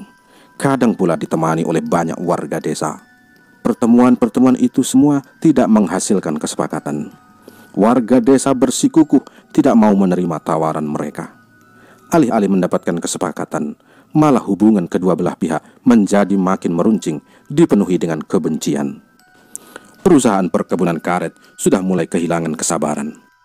Mereka coba menggunakan cara-cara jahat untuk memaksa penduduk desa untuk pindah. Salah satu caranya dengan menyewa dan membayar banyak centeng untuk menakut-nakuti dan mengintimidasi warga. Intimidasi mulai membuahkan hasil. Sebagian warga mulai menerima penawaran dan meninggalkan desa. Namun, Ada sebagian warga yang masih bersikeras untuk bertahan, mati-matian mempertahankan tempat tinggal yang sudah dihuni puluhan tahun. Disinilah mulai terjadi teror yang mengerikan. Satu persatu warga yang melakukan perlawanan menghilang tanpa kabar. Menurut cerita yang beredar, warga yang hilang itu diculik dan dibunuh para centeng bayaran. Mayatnya dikubur di sekitaran hutan yang berada di luar desa. Supri dan Mariono, dua warga desa yang paling vokal menyuarakan perlawanan, mencoba mengumpulkan warga tersisa yang masih ingin bertahan. Mereka berencana untuk melawan sampai titik darah penghabisan. Di titik ini, Pak Paiman sudah tidak bisa melakukan apa-apa lagi. Serba salah. Dengan berbagai macam pertimbangan, salah satunya adalah keselamatan keluarga besarnya dan melihat keadaan situasi yang semakin mencekam. Dengan berat hati, Pak Paiman meninggalkan desa Sindang Hulu, pindah ke tempat yang baru yang jaraknya sekitar 6 jam perjalanan dengan berjalan kaki. Kemudian, Pak Paiman mendengar kabar menyedihkan. Perkelahian massal antara warga yang melakukan perlawanan dengan para centeng bayaran benar-benar terjadi. Perkelahian berdarah itu berlangsung sengit. Masing-masing kubu menggunakan berbagai macam senjata tajam. Korban meninggal dunia jatuh di kedua belah pihak. Kabar sedih ini disampaikan langsung kepada Pak Paiman oleh warga yang selamat. Warga yang juga ikut dalam perkelahian. Menurut warga yang bercerita itu, Supri dan Mariono sebagai pemimpin perlawanan tewas mengenaskan. Sebelum meninggal, mereka dipaksa untuk menggali liang kuburnya sendiri. Selain Supri dan Mariono, banyak korban perkelahian yang dikubur di sekitar desa tanpa tahu letak pastinya. Tapi ada juga yang dimakamkan dengan layak di pemakaman umum. Tragedi mengerikan yang memakan banyak nyawa. Beberapa minggu setelahnya, desa Sindang Hulu sudah benar-benar tergusur. Seluruh warganya pergi meninggalkan tempat tinggal untuk menuju tempat baru. Namun, walau begitu, masih ada suatu kegiatan yang harus dilakukan oleh warga tersisa dan perusahaan perkebunan itu. Banyak kuburan di pemakaman umum desa Sindang Hulu harus dipindahkan juga ke tempat yang baru. Perusahaan itu tidak mau membangun perkebunan karet di atas lahan pemakaman. Selain kuburan di pemakaman, mereka juga harus memindahkan kuburan korban perkelahian yang terjadi sebelumnya. Perusahaan pemilik tanah mengejar target untuk memindahkan seluruh makam secepatnya. Maka dari itulah, mereka melaksanakan pemindahan seluruh kuburan ke tempat baru secara maraton, mulai dari pagi sampai terkadang dilakukan hingga malam hari. Dalam masa itu, rombongan orang berbaris keluar masuk desa membawa keranda berisi mayat menjadi pemandangan biasa. Tapi, menurut kabar yang beredar, pada akhirnya tidak semua makam dipindahkan. Entah sengaja atau tidak, masih banyak kuburan yang tertinggal dan kemudian ditanami pohon karet di atasnya. Menurut Pak Lukman, beberapa makam yang tertinggal mungkin berada di bawah satu-satunya rumah yang berada di perkebunan karet itu. Rumahnya yang beberapa puluh tahun berikutnya masih tegak berdiri. Tapi perusahaan perkebunan karet itu akhirnya berumur pendek, hanya sekitar 5 tahun. Setelahnya, perusahaan baru lagi yang akhirnya membeli dan mengelolanya pada tahun 1975, di mana saya menjadi pegawainya. Tapi yang sudah kalian berdua tahu, perusahaan saya akhirnya juga bangkrut juga. Lalu beberapa tahun yang lalu, perusahaan pemerintah yang mengambil alih, yaitu perusahaan kalian ini sekarang, kata Pak Lukman menjelaskan panjang lebar. Lalu desa Sindang Hulu masih ada sampai sekarang, Pak? Ya sudah nggak ada, karena warganya berpindah ke tempat lain. Mereka nggak berkumpul di satu daerah, tapi namanya diabadikan menjadi nama pemakaman umum yang jadi tempat banyak makam pindahan dari desa itu dulunya. Pemakaman Sindang Hulu. Perbincangan nyaris seharian itu akhirnya menjawab pertanyaan yang selama ini menjadi ganjalan. Ternyata, perkebunan karet ini menyimpan sejarah kelam. Rumah yang kami tinggali memiliki masa lalu yang mengerikan. Sudah jam 10 malam. Kalian menginap di sini saja. Jangan memaksa pulang. Tawaran Pak Lukman untuk menginap di rumahnya membuat kami mempertimbangkannya sejenak. Namun, apalah daya. Kami harus pulang saat itu juga, karena keesokan harinya sudah berjanji dengan para pekerja untuk berkegiatan pagi-pagi sekali. Dengan berat hati, kami akhirnya berpamitan, menutup pertemuan yang sungguh membuat hati dan perasaan menjadi gundah gulana. Pukul 10 malam, sekali lagi, aku dan Wahyu membelah hutan rindang menuju rumah. Sudah sering kami lewati jalur ini, melintas jalan yang sama, pemandangan yang sama. Semua menjadi saksi bisu betapa banyak rentetan peristiwa yang pernah terjadi di sini, di hutan ini, di perkebunan karet ini. Tidak bisa dimungkiri, rentang waktu yang sudah berjalan telah menjadi garis hidup tidak akan pernah kami lupakan. Menjadi pengalaman yang sangat berharga, melampaui batas nyali dan keberanian. Keringat dan air mata datang bergantian. Wahyu mengemudikan motor tidak terlalu cepat. Berjalan melintas kegelapan. Lampu motor membantu sedikit penglihatan. Selebihnya hanya mengandalkan naluri dan kebiasaan. Malam ini hampir sama dengan malam-malam sebelumnya ketika kami pulang saat sudah gelap. Hanya saja, sepertinya udara lebih dingin. Angin yang berhembus terasa lebih sejuk dari biasanya. Pelan-pelan saja yuk, kayaknya kamu sudah mengantuk juga kan? Ucapku ketika menyadari kalau motor berjalan semakin kencang. Iya Pak, saya cuma pengen cepat sampai rumah. Setengah jam kemudian, kami memasuki wilayah perkebunan karet.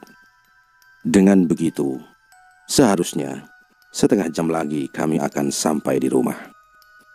Di atas motor hanya sedikit obrolan yang terjadi. Kami sepertinya berkelana dalam pikiran masing-masing. Lebih banyak diam. Perbincangan dengan Pak Lukman seharian tadi sepertinya menjadi alasan kenapa seperti itu. Kisah panjang yang memaksa kami mengingat kembali kejadian-kejadian yang pernah terjadi. Aku sendiri malah menyusunnya menjadi cerita panjang. Kami menjadi tahu banyak dari cerita itu. Semuanya masuk akal. Semuanya ada sebab akibatnya. Barisan pohon karet membentuk terowongan panjang menjadi pemandangan biasa yang dapat dilihat. Dibantu cahaya bulan, kami dapat melihat terowongan panjang itu sejauh mata memandang. Mungkin karena cerita sebelumnya, aku jadi merasa suasananya berbeda dari biasanya. Lebih kelam. Aku yang duduk di belakang beberapa kali merasakan kalau tengkuk seperti ada yang meniup. Merinding. Hati-hati yuk. Aku mengatakan itu mencoba memberi kode kalau aku merasakan hal yang tidak biasa. Iya Pak. Kemudian ada sesuatu yang terjadi. Mulanya, aku dapat melihat barisan pohon karet sampai yang letaknya sangat jauh sekali. Kali ini tidak bisa.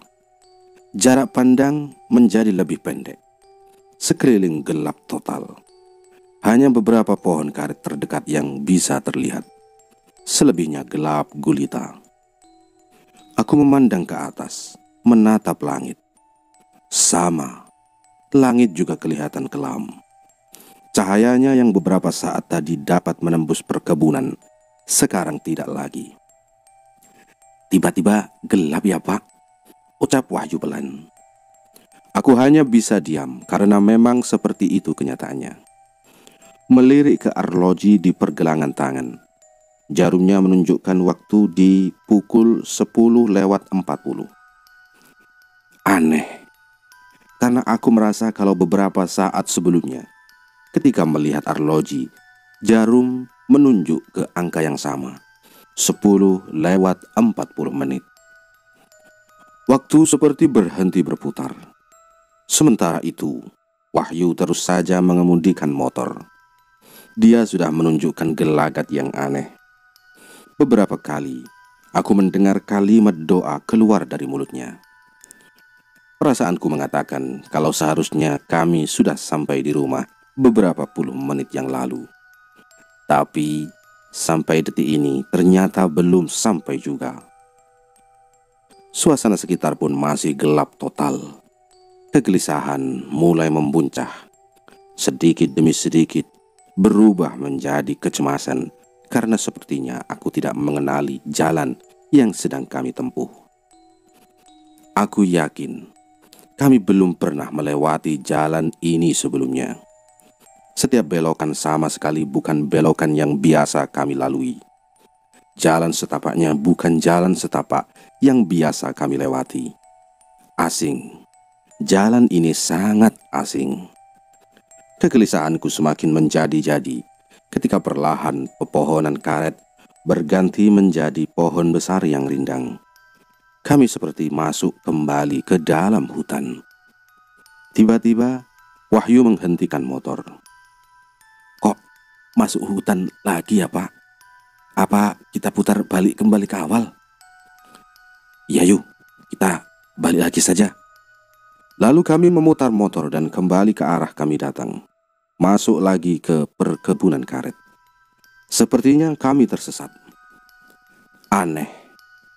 Setelah 4 tahun tinggal di perkebunan karet, baru kali ini tersesat.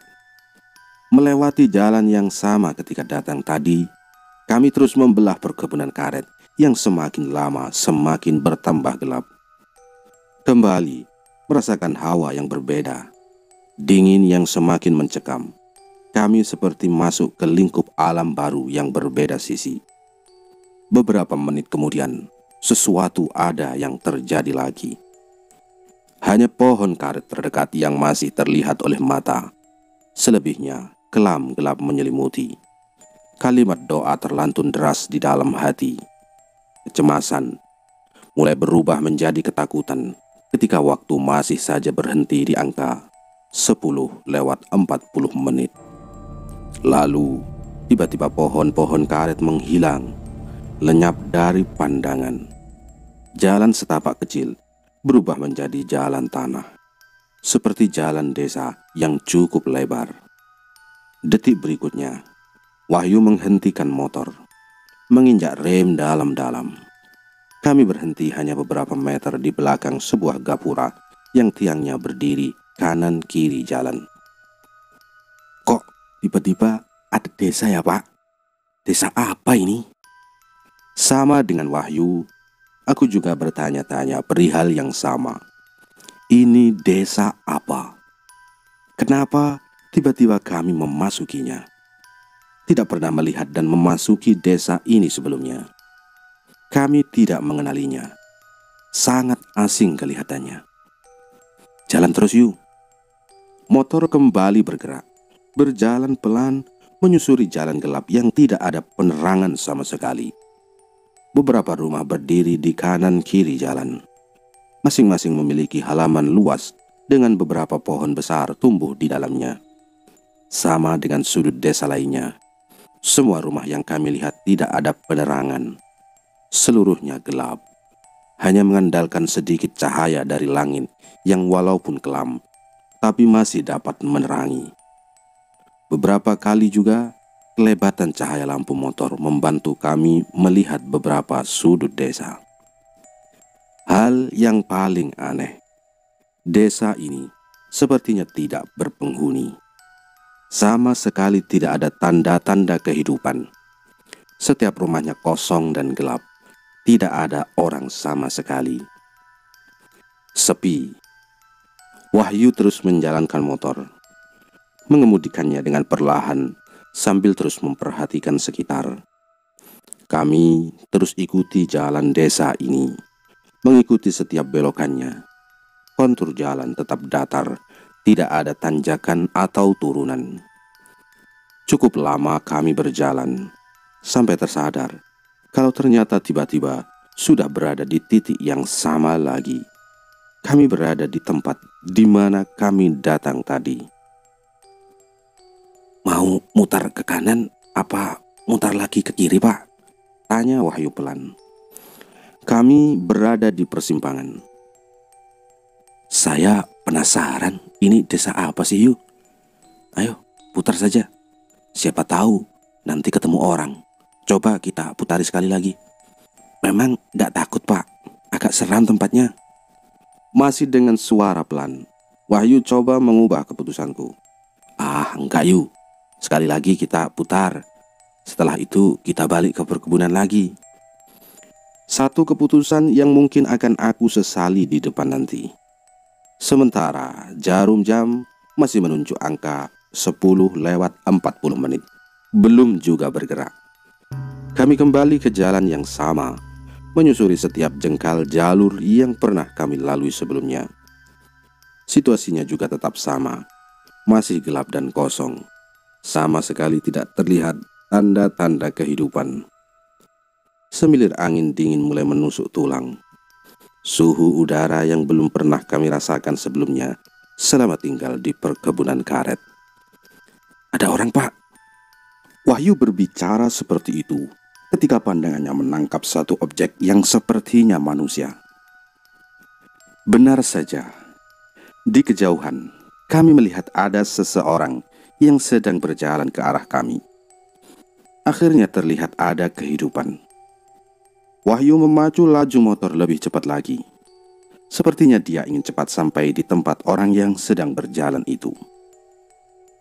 Tapi beberapa belas meter sebelum kami berpapasan, ia malah berbelok arah, masuk ke rumah yang ada di sebelah kiri jalan. Beberapa detik berikutnya, ia masuk ke rumah sebelum kami berkesempatan untuk memanggil. Wahyu menghentikan motor tepat di halaman depan, beberapa meter dari pintu rumah yang orang itu masuki. Saya panggil dia ya, Yu. Tapi Pak Heri yakin itu beneran orang? Pertanyaan yang sempat membuatku berpikir sejenak. Pertanyaan yang lumayan mengguncang nyali. Selama kami menginjakkan kaki di desa ini sejak awal tadi, sama sekali tidak terlihat ada orang. Tidak ada tanda-tanda kehidupan. Kenapa tiba-tiba ada satu orang yang muncul dalam kegelapan? Dan ia sepertinya tidak mau berbicara dengan kami. Gak apa-apa, Yu. Saya mau coba tanya. Turun dari motor, aku berjalan mendekati pintu. Kulihat kalau rumah benar-benar dalam keadaan gelap, seperti rumah lainnya. Sementara Wahyu tetap di atas motor yang mesinnya sudah dalam keadaan mati. Rumah semi permanen. Setengah bagiannya menggunakan anyaman bambu sebagai dinding. Tapi tidak bisa juga disebut rumah kecil karena ukurannya cukup besar. Setelah berada di depan pintunya, aku sempat ragu untuk mengetuk. Tapi rasa penasaran mengalahkan segalanya. Walau berkecamuk perasaan di dalam hati, memperlihatkan sekitar rumah selama beberapa saat. Coba melihat setiap sudutnya, meyakinkan kepada diri sendiri kalau memang semuanya aman. Aku mengetuk pintu dengan pelan. Assalamualaikum.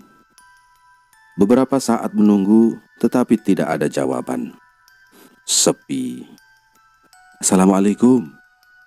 Sekali lagi aku mencoba. Sama sekali belum juga ada jawaban.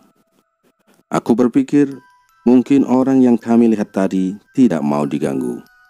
Ditambah perasaan yang mulai tidak enak. Maka aku memutuskan untuk balik badan dan berjalan kembali menuju Wahyu.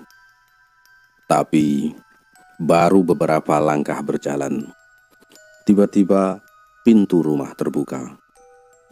Ketika aku menoleh ke pintu rumah, ada seorang bapak berpakaian hitam-hitam berdiri tepat di pintu yang sudah dalam keadaan terbuka dengan wajah nyaris tidak kelihatan. Maaf Pak, mengganggu malam-malam. Cuma mau tanya, Ini desa apa ya? Cukup lama bapak ini tidak menjawab. Hanya berdiri diam, seperti memperhatikan aku dan Wahyu. Gelapnya keadaan membuat aku tidak bisa melihat wajahnya dengan jelas. Perasaan semakin tidak enak. Lalu berniat untuk melangkah mundur menjauhi pintu. Desa Sindang Hulu. Setelah itu, aku menjawab pendek juga. Terima kasih, Pak. Ayo jalan yuk. Sementara sosok bapak itu masih saja berdiri diam di pintu sambil terus memperhatikan kami. Bapak itu bilang apa, Pak? Tanya Wahyu ketika motor sudah berjalan. Desa Sindang Hulu. Loh, bukannya desa Sindang Hulu itu? Wahyu tidak meneruskan kalimatnya. Kami sama-sama tahu, menurut cerita dari Pak Lukman tadi siang, desa Sindang Hulu sudah tidak ada dan berganti menjadi nama pemakaman umum. Kita harus keluar dari sini secepatnya yuk. Wahyu lalu mempercepat laju motor, ingin lekas meninggalkan desa ini. Kami semakin sadar kalau ada yang tidak beres. Sekilas, aku melirik ke jam tangan. Masih saja menunjukkan pukul 10:40. Perasaan semakin tidak enak. Rasa cemas timbul. Perlahan berangsur berubah menjadi rasa takut ketika melihat ada perubahan keadaan di sekeliling. Situasi desa berubah menjadi berkabut. Jarak pandang semakin dekat dan sempit. Kami hanya mampu melihat jelas beberapa meter sekeliling. Selebihnya gelap gulita. Wahyu sepertinya mulai panik. Dia semakin mempercepat laju motor. Aku terombang-ambing di belakang karena beberapa kali sepertinya motor melintas di permukaan yang tidak rata. Tapi lama-kelamaan motor bergerak semakin pelan. Sepertinya Wahyu terpaksa melambatkan laju motor karena jalan yang kami lalui tidak rata. Kami seperti sedang melewati di atas gundukan-gundukan tanah. Tiba-tiba kami seperti menabrak sesuatu. Hal itu memaksa Wahyu menghentikan motor saat itu juga. Dalam gelap, pekatnya kabut, kami berhenti di tempat yang sama sekali tidak kami kenali. Aku turun dari motor, melihat benda apakah sebenarnya yang baru kami tabrak. Berjongkok, aku perhatikan ada papan kecil tergeletak di sebelah kiri. Aku meraihnya, memperhatikan papan itu dengan seksama. Dengan bantuan lampu motor, aku akhirnya tahu papan itu sebenarnya yang berada di tanganku. Nisan kuburan. Tertulis nama dan tanggal kematian si pemilik. Nisan kuburan yuk. Kita menabrak nisan kuburan. Pak, Wahyu berkata pendek. Jarinya menunjuk ke sekeliling tempat di mana kami sedang berdiri. Setelah memperhatikan dengan seksama, di tengah malam itu kabut mulai tersingkap. Kami sedang berada di tengah-tengah pemakaman umum. Sudah beberapa kali Wahyu coba menghidupkan lagi motor yang mesinnya mati, tapi tidak membuahkan hasil juga. Suasana menjadi semakin mencekam. Sepi, sepertinya mendatangkan kembali kabut itu. Aku terus saja memperhatikan sekeliling. Aneh, aku mulai ketakutan. Saya dorong motornya saja, Pak. Kita cari pintu keluar pemakaman ini. Begitu kata Wahyu. Berjalan dalam gelap, kami susuri jalan kecil di antara kuburan. Sebisa mungkin kami menghindar, jangan sampai menginjak makam. Kami terus berjalan, melangkahkan kaki, coba mencari gerbang keluar dari pemakaman ini. Tiba-tiba,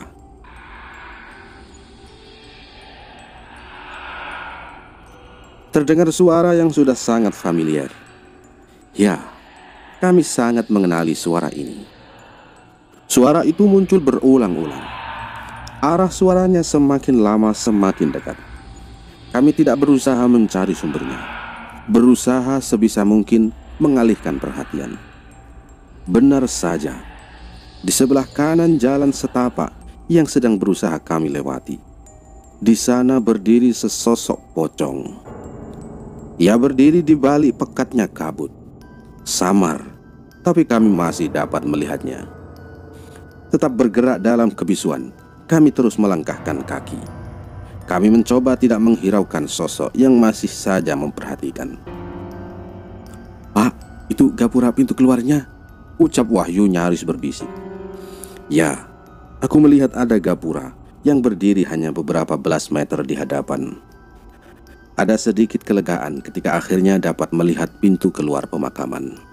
Tapi sayang, kelegaan ternyata hanya sebentar saja. Pada kanan dan kiri gapura yang berada di tengah-tengah, ada tembok memanjang membentuk pagar depan pemakaman. Pagar ini terlihat dari balik kabut yang pekatnya tiba-tiba berkurang kembali. Kami semakin bersemangat melangkahkan kaki, berharap cepat sampai gerbang dan pergi menjauh. Tapi apa daya, sesuatu kembali terjadi. Dari arah kanan pemakaman, di balik pagar, ada iring-iringan orang berbaris memanjang. Mereka berjalan cukup cepat. Ada hal yang membuat kami jadi ketakutan. Beberapa orang yang berjalan paling depan membawa keranda di bahunya. Wahyu langsung mendorong motor ke pinggir. Kami menyaksikan rombongan itu mulai memasuki area makam. Masuk melalui gapura yang jaraknya hanya beberapa belas langkah lagi di hadapan kami. Berdiri diam memperhatikan. Kami gemetaran ketika rombongan ini akhirnya sudah berada tepat di hadapan kami. Keranda yang berada paling depan, atasnya tertutup kain berwarna gelap. Tidak ada suara sama sekali ketika mereka berjalan. Setelah kuperhatikan, ternyata mereka bergerak melayang. Tarikan napas semakin cepat, jantung berdegup kencang. Rasa takut semakin membuncah ketika nyali seperti sudah berada di titik terendah. Kami hanya diam ketakutan. Kami bersandar pada satu pohon besar tanpa harus tahu berbuat apa. Rombongan itu berhenti bergerak ketika sudah sampai di tengah-tengah pemakaman. Setelahnya, mereka melakukan prosesi pemakaman jenazah. Beberapa orang menurunkan keranda dan meletakkannya di bawah. "Pak, ayo kita pergi." Suara Wahyu yang bergetar menghentikan lamunanku. Setelah itu, kami berjalan cepat menuju gapura sambil masih mendorong motor. Wahyu belum mencoba menyalakannya lagi. Kami sama sekali tidak mau menoleh ke belakang. Ketika sudah beberapa meter melewati gapura, aku melihat ke bagian atasnya. Di sana ada papan panjang berwarna putih kusam. Papan itu bertuliskan Pemakaman Umum Sindang Hulu. Kami berjalan terus melangkahkan kaki mengikuti naluri karena sama sekali tidak tahu kemana arah pulang. Terdiam tanpa obrolan. Keheningan menjadi teman sepanjang waktu. Kami berusaha menjauh dari pemakaman yang menyeramkan ini. Keringat terus mengucur membasahi diri. Lelah semakin menjadi-jadi. Akhirnya, tubuh sepertinya tidak kuat lagi. Langkah kaki melambat. "Saya gak kuat lagi, yuk. Kita istirahat sebentar." "Iya Pak, itu ada gubuk." Wahyu setuju, sambil menunjuk ke sebuah bangunan kecil beberapa puluh langkah di depan. Sebuah gubuk kecil yang terbuat dari bambu, cukup sebagai tempat beristirahat sejenak. Kami sangat lelah. Sudah sangat jauh berjalan kaki sambil bergantian mendorong motor. Ini adalah malam terpanjang yang pernah kami alami selama tinggal di perkebunan karet. Sekali lagi, aku melirik jam tangan. Masih jam 10:40.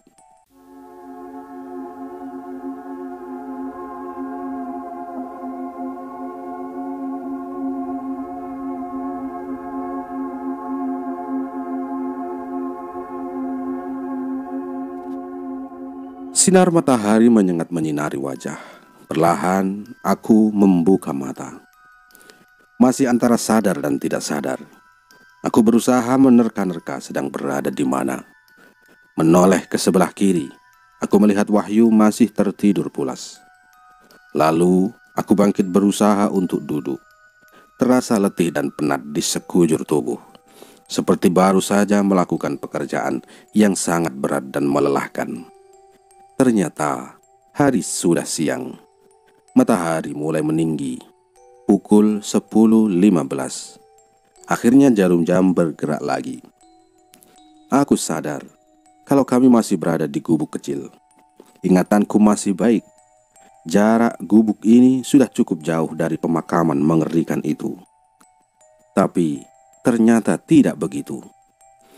Ketika aku melihat sekeliling, ternyata pemandangan yang ada hanya makam. Gubuk tempat kami beristirahat ternyata berada di tengah-tengah area pemakaman.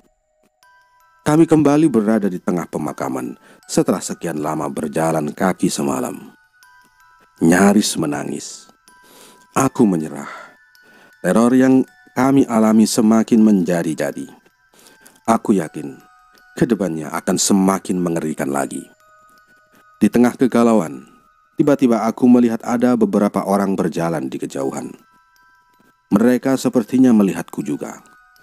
Mereka semua memasuki area pemakaman. Ternyata itu atasanku, Pak Burhan. Beliau datang bersama beberapa pekerja perkebunan. Aku melihat juga ada Pak Lurah. "Wahyu, yuk bangun yuk." Loh, kok kita masih di pemakaman, Pak?" tanya Wahyu ketika sudah sadar. "Pak Heri dan Pak Wahyu dari mana saja? 2 hari menghilang tanpa jejak dan kabar." Satu kalimat Pak Burhan mengagetkanku. 2 hari? Kami menghilang tanpa kabar 2 hari? Iya, menurut Pak Burhan, kemarin dia dapat kabar kalau aku dan Wahyu menghilang.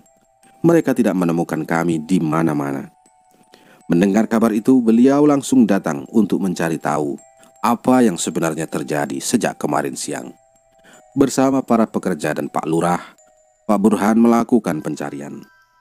Katanya, mereka menelusuri setiap bagian perkebunan karet. Tetapi kami tidak juga ditemukan. Hingga akhirnya, hari ini mereka coba mencari keluar perkebunan. Kemudian sampailah di pemakaman dan melihat kami di gubuk ini. Jadi, kami benar-benar menghilang selama 2 hari, Pak. Wahyu lagi-lagi mengucap pertanyaan yang sama. Gila, baru semalam. Kami meninggalkan rumah Pak Lukman baru semalam, bukan 2 hari. Tapi itulah kenyataan yang ada. Ternyata kami benar menghilang selama 2 hari. Entah kemana, kami juga tidak tahu. Pada hari itu juga, karena sudah tak sanggup lagi menghadapi teror, akhirnya kami utarakan semua isi hati kepada Pak Burhan.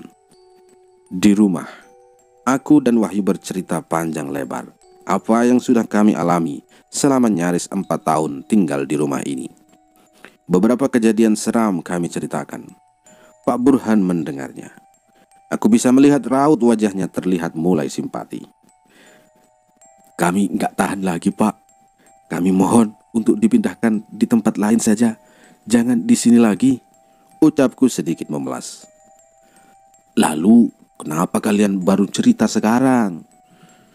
"Karena kami nggak mau gagal, Pak. Kami terlanjur mengemban tanggung jawab. Tapi rasanya kami nggak tahan lagi. Semoga Bapak dan perusahaan bisa mengerti." Panjang lebar aku menjelaskan memohon pengertian. "Baiklah, saya akan coba untuk membicarakannya dengan manajemen pusat. Sampai ada keputusan lebih lanjut, untuk sementara kalian tinggal di kota dulu. Kami akan mencarikan tempat tinggal." Begitu kalimat terakhir yang terucap dari mulut Pak Burhan. Kalimat yang sedikit banyak dapat membuat kami lebih tenang. Setelah hari menjelang sore, beliau pamit untuk kembali ke kota dan melanjutkan perjalanan. Dia meninggalkan aku dan Wahyu di rumah perkebunan sendirian. "Ayo kita merapikan barang-barang yuk. Bawa semua perlengkapan. Malam ini juga kita pindah ke kota." Setelah kepergian Pak Burhan, kami memutuskan akan meninggalkan rumah pada hari itu juga. Kami membereskan semua barang dan pakaian, mengemasnya ke dalam beberapa tas. Tujuan pertama adalah tempat tinggal Amri, teman Wahyu. Mungkin Untuk beberapa hari kami akan tinggal di situ sampai mendapatkan tempat tinggal sendiri. Motor terparkir di halaman. Kami siap berangkat. Tapi ternyata sudah nyaris pukul 6 sore atau sudah menjelang maghrib. "Tanggung Pak, kita jalan selepas maghrib saja. Tidak baik juga keluar saat maghrib." Begitu kata Wahyu. Aku pun menyetujuinya. Kami duduk di ruang tengah, menatap keluar, melihat langit yang semakin gelap. Sepoi tiupan angin merambah masuk ke rumah. Peristiwa semalam merupakan peristiwa yang paling aneh. Aku tidak sanggup lagi.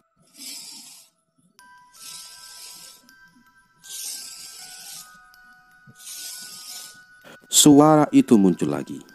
Kami yang masih di atas sajadah sedang wiritan setelah sholat mendengarnya. Sapu lidi yang menyapu di halaman samping kanan. Melirik jam dinding, aku melihat kalau jarumnya masih di angka 6:30. Belum terlalu malam. Lalu menoleh ke belakang. Aku melihat Wahyu masih duduk di atas sajadah. Aku bertanya-tanya dalam hati, kenapa nenek sapu lidi itu muncul di jam segini? Kami lanjut berdoa, mencoba untuk mengabaikan suara itu. Meskipun beberapa menit kemudian tidak hanya suara sapu lidi yang terdengar, tapi muncul juga suara cekikikan tawa si nenek. Tatap kami bergeming. Kami terus berusaha berdoa, mencoba menyelesaikannya secepat mungkin. Entah berapa lama kemudian, suara nenek sapu lidi itu menghilang. Hening yang ternyata hanya beberapa menit saja. Para pendengar, berjumpa lagi dengan saya. Saya akan menemani rekan-rekan semuanya pada hari ini, 21 Maret 1968, berdepatan dengan hari lahirnya anak saya. Radio yang sudah berada di dalam tas tiba-tiba menyala sendiri. Suaranya cukup keras hingga kami dapat mendengarnya dari kamar tengah. Siaran radio yang aneh.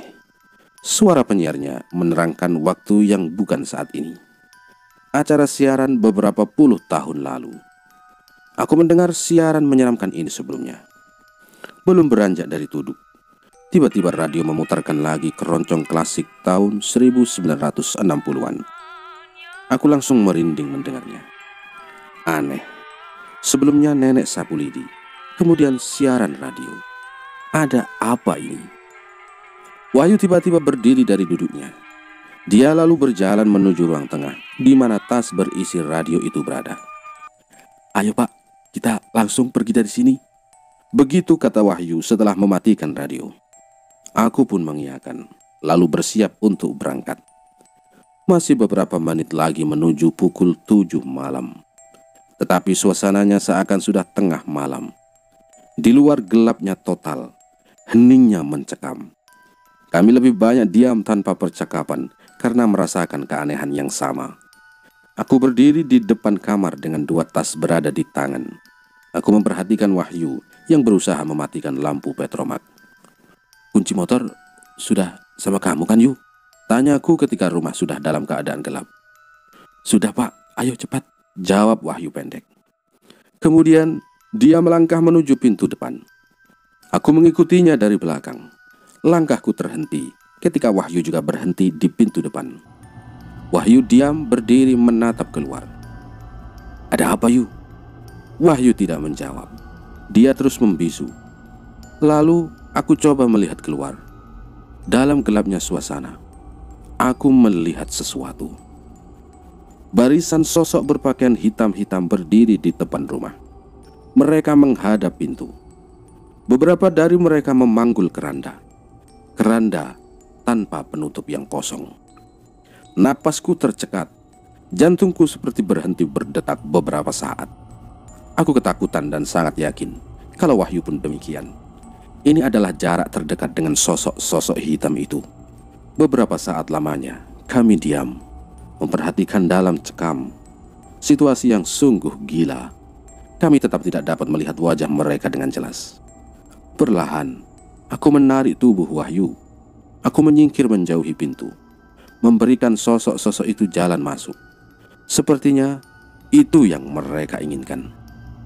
Benar saja, setelah kami sudah tidak lagi berdiri di depan pintu, mereka bergerak masuk. Langkah dan pergerakannya tanpa suara, nyaris seperti angin, dengan bentuk tubuh yang nyaris sama, tinggi besar. Kami hanya berdiri diam di sudut ruangan memperhatikan. Wahyu mulai menangis sepertinya. Aku bisa mendengar suaranya yang menahan sesuatu. Setelah semuanya sudah berada di dalam rumah, sosok yang membawa keranda mulai menurunkan dan meletakkan keranda itu di lantai.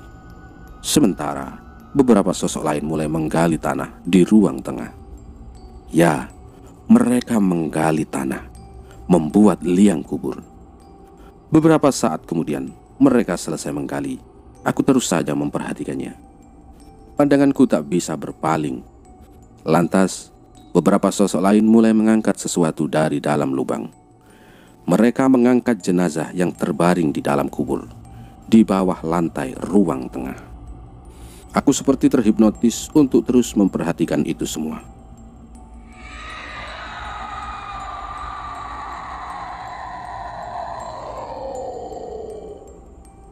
Tiba-tiba suara itu terdengar cukup keras. Aku semakin ketakutan ketika ternyata pocong yang sedang di atas keranda mulai bergerak. Hingga beberapa detik berikutnya, pocong itu duduk di atas keranda, sementara sosok lain berdiri mengelilingi. "Pak, ayo pergi dari sini," kata Wahyu sambil menangis. Suara Wahyu menyadarkanku. Perlahan, kami melangkahkan kaki menuju pintu keluar. Setelah berada di luar, aku menutup pintu rumah pelan-pelan.